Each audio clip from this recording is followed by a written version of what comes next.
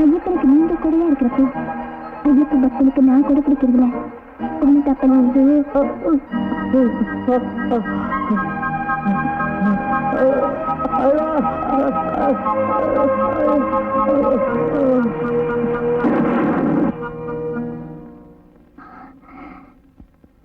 கதவை திறங்க. மன்னிச்சிருங்க, கதவை திறக்க கூடாதுன்னு முதலாளி உத்தரவு.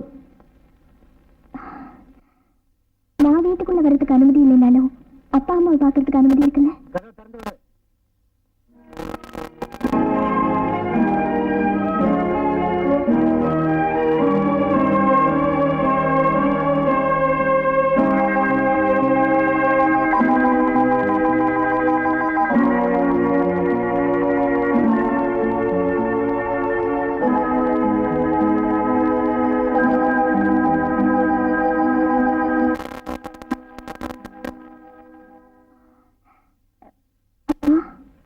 அந்த வார்த்தைக்கான புனிதமான அர்த்தம் நீ எப்ப இந்த வீட்டு வாசல் தாண்டி போனையோ அப்பவே உனக்கு புரியாம போயிடுச்சு. பெரிய குடும்பத்து பொண்ணு பிச்சைக்காரியாட்டம் வீதியில போறது அவமானமா இல்ல? ஐஸ்வர்யங்கிறது காலை வெயில் மாதிரி, அதுக்கும் சாயங்காலம்னு ஒண்ணு இருக்கு. ஆனா மனசு அப்படி இல்லம்மா, அது ஆகாசம் மாதிரி. எவ்வளவுதான் உன்னை திருத்தினாலும் பிச்சைக்கார புத்தி உன்னை விட்டு போகாது. அதெல்லாம் எதுக்குங்க இப்போ? சொல்லட்டுமா? சொல்லட்டும். தெரிஞ்ச கதையை மறுபடியும் சொல்றதுல சுவாரஸ்யம் இல்லைங்கிறியா? தெரிஞ்ச கதையா? ஆமா, நான் ஒரு அனாதைங்கிற பழைய கதை. சாந்தி அம்மா, எவ்வளவோ வருஷமா பிள்ளையே இல்லாம இருந்த நீ மனதில பேர் எடுக்காம சுய கௌரவத்தை காப்பாத்திக்கிறதுக்காக அனாதையா வீட்டில கிடந்த இல்ல காசு கொடுத்து வாங்கினது பழைய கதை தானே சாந்தி? இந்த வீட்டை பொறுத்த வரைக்கும் நான் வளர்ப்பு மகதானே தவிர சொந்த மகன் இல்லம்மா சாந்தி. ஆமாம்மா, எனக்கு வீட்டையே தாய் வீடு, மாளிகை, மரத்தோட நிழல், நிரந்தரம் இல்லாத மாளிகையை விட்டுட்டு நிச்சயமான வீதிக்கு வருதுல எனக்கு அவமானமே இல்லம்மா.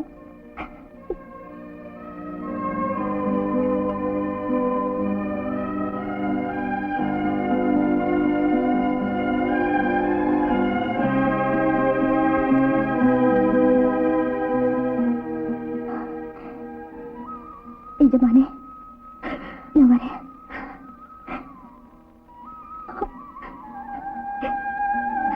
சாந்தி, சாந்தி, அம்மாடி.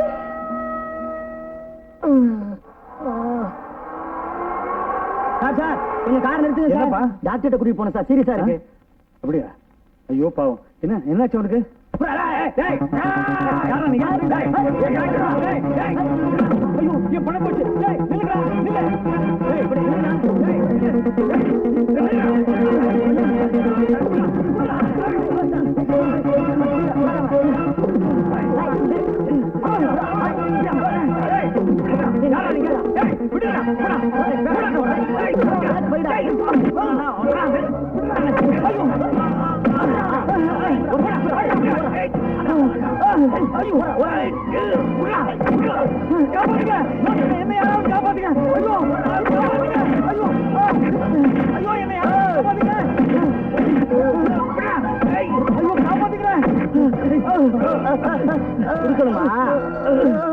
குடுக்கணுமா?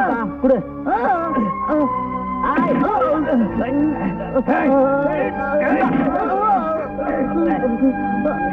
கொடுக்கணுமாப்பா? இந்த வாங்க. வேணுமாப்பா? இந்த அப்படியே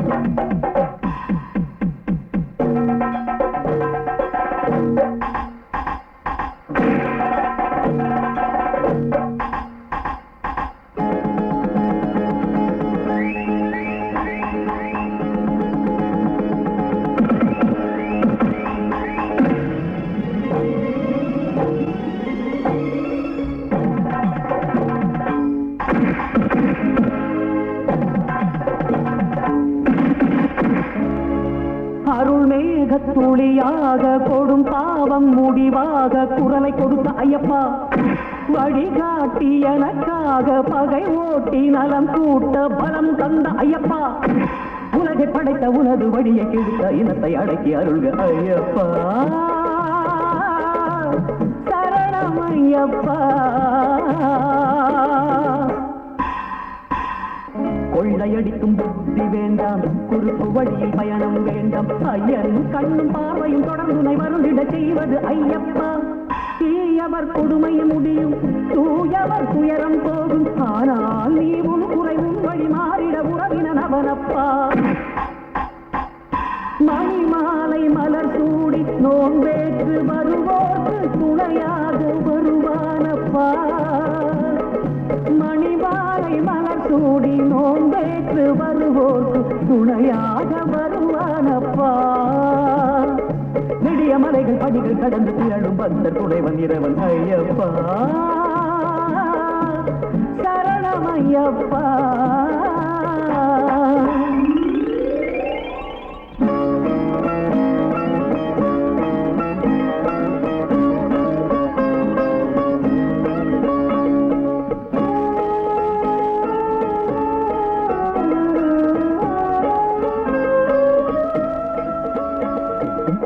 அதிசய குழந்தை நீயே, உனக்கொரு குழந்தை நானே சுவாமி, உன் உறவினில் அமைதியில் நிறைவினை கண்டவன் நானப்பா. அழகிய புண்ணிய காட்சி ஐயனும் பொற்பதமாட்சி, என் போலே திருவடி தரிசிக்க கடலென திரண்டனர் ஐயப்பா.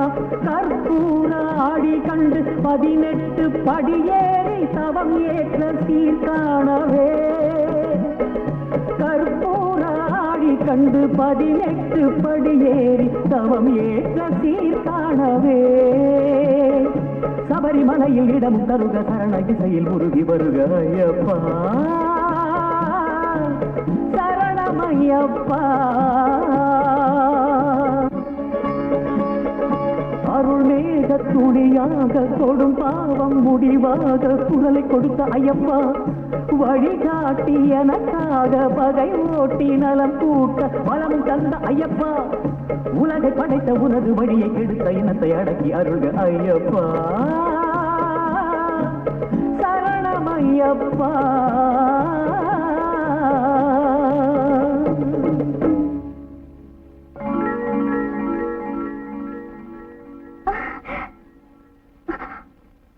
ஐயப்பா, நீங்க பேசிட்டீங்க, உங்களுக்கு பேச்சு வந்துச்சு. ஆமா சாந்தி, எல்லாம் அந்த பிரபுவோட மகிமை. ரொம்ப சந்தோஷம்ப்பா, ரொம்ப சந்தோஷம். கொஞ்சம் இல்ல, இந்த இதை வச்சுக்க. பரவாயில்ல வச்சுக்கப்பா. ஐயோ, நான் பணத்துக்காக இந்த காரியத்தை செய்யல சாமி. உங்க சொத்து உங்ககிட்டே சேரணும், அதான் முக்கியம். இத பாரு, நான் அந்த ஐயப்பனை பார்த்ததில்ல, சபரிமலைக்கும் போனதில்ல.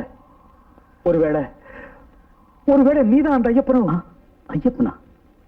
என்ன சொல்றீங்க சாமி? தயவு செஞ்சு அப்படிலாம் சொல்லாதீங்க. அதுல ஒண்ணும் தப்பு இல்லப்பா. தெய்வம் மனுஷரூபத்துல வரும்னு சொல்லுவாங்க, ஆபத்துல காப்பாத்துறவன் தெய்வம் மாதிரி தான். வாங்கிக்கப்பா. அவன் அனுகிரகத்தால ஊமையா இருந்த எனக்கு பேச்சு வந்தது சாமி. அதை விட எனக்கு என்ன வேணும் சாமி? பாரு, என்ன ஆபத்திலிருந்து காப்பாத்துறதுக்காக நான் உனக்கு கொடுக்கிற சன்மானமா நினைக்காத, அந்த தெய்வத்துக்கு கொடுக்கிற காணிக்கையா நினைச்சுக்கப்பா. சுவாமி, எனக்கு பாரத்தை தோல்ல சுமந்து பழக்கமே தவிர மனசுல சுமந்து பழக்கம் இல்ல. உங்ககிட்டயே இருக்கட்டும்.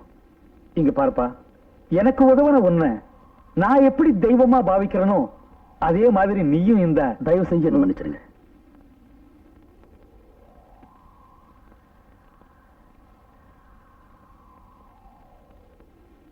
ஐயப்பா,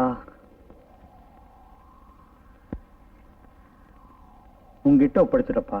சாமியே சரணம் ஐயப்பா.